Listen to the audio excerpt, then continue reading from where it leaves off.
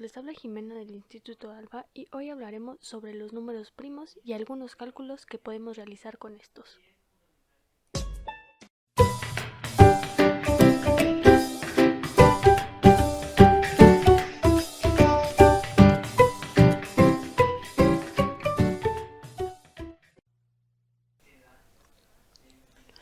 Comenzaremos con la definición de un número primo. Es aquel que solo es divisible entre sí mismo y 1. El residuo de la división es 0 y el resultado de la división es entero. Esto quiere decir que si un número es divisible entre cualquier otro número, dando como resultado un número entero y de residuo 0, no será un número primo. En Internet podemos encontrar la lista completa de los números primos. En este caso tenemos el listado de los primeros 7 números primos.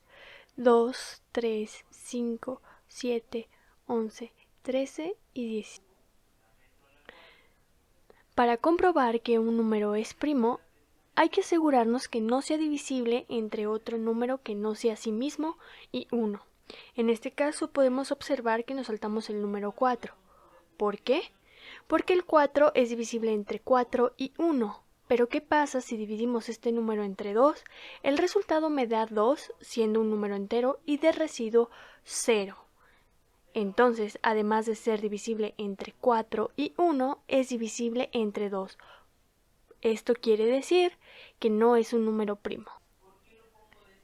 Todos aquellos números que no son primos, entonces serán números compuestos.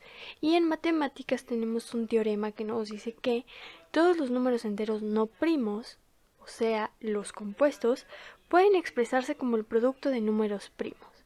¿Esto qué quiere decir? Que podemos factorizar en números primos a estos números compuestos. ¿Cómo es posible esto? A partir de una división sucesiva entre números primos.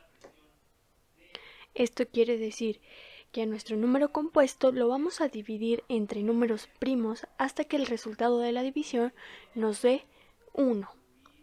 Tenemos por este lado un ejemplo, el número 500, el cual es un número compuesto. Este número compuesto es divisible entre 2, el cual es un número primo. Me da como resultado 250.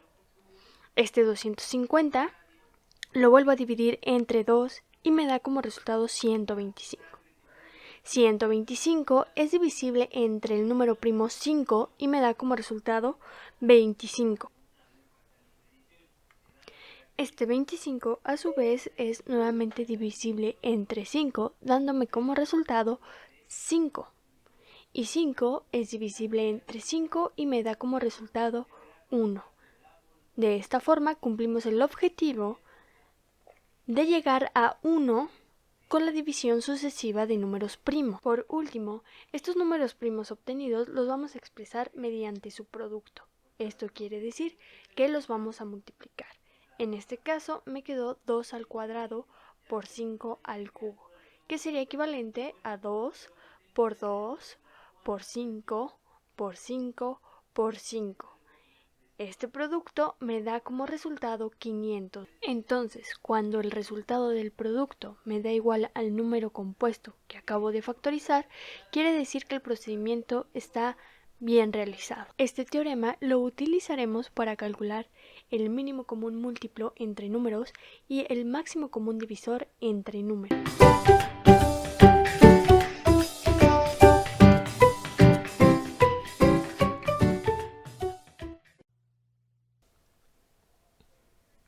El mínimo común múltiplo es el múltiplo común entre dos números enteros positivos que resulta ser el menor. Esto quiere decir que si yo agarro un par de números, tendrán diferentes múltiplos en común. Yo deseo encontrar el que es menor. ¿Cómo vamos a obtener este múltiplo menor? Pues siguiendo los siguientes pasos. Primero que nada, vamos a factorizar en primos ambos números sin potencia.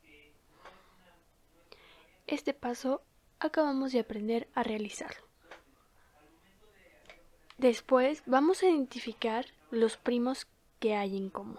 El siguiente paso es identificar los primos no comunes y por último realizar el producto de los primos en común y los primos no comunes. En esta imagen tenemos el ejemplo del 4 y el 6.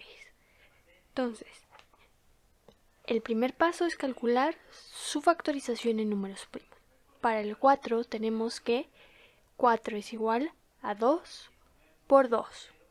Y en el caso del 6 tenemos que es igual a 2 por 3.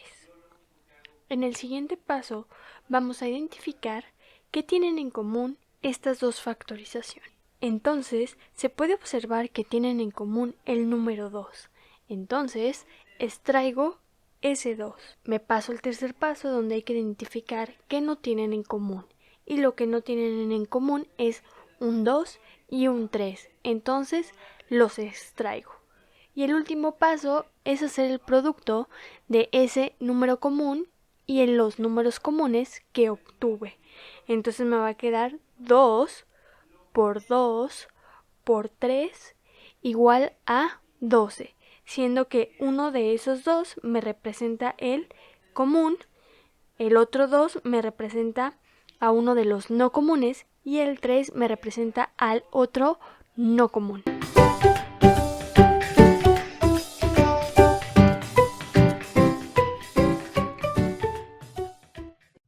Ahora bien, vamos a hablar del máximo común divisor. Este es el divisor común entre dos números enteros positivos que resulta ser el mayor. Para obtener el máximo común divisor, vamos a seguir una secuencia de 3 pasos.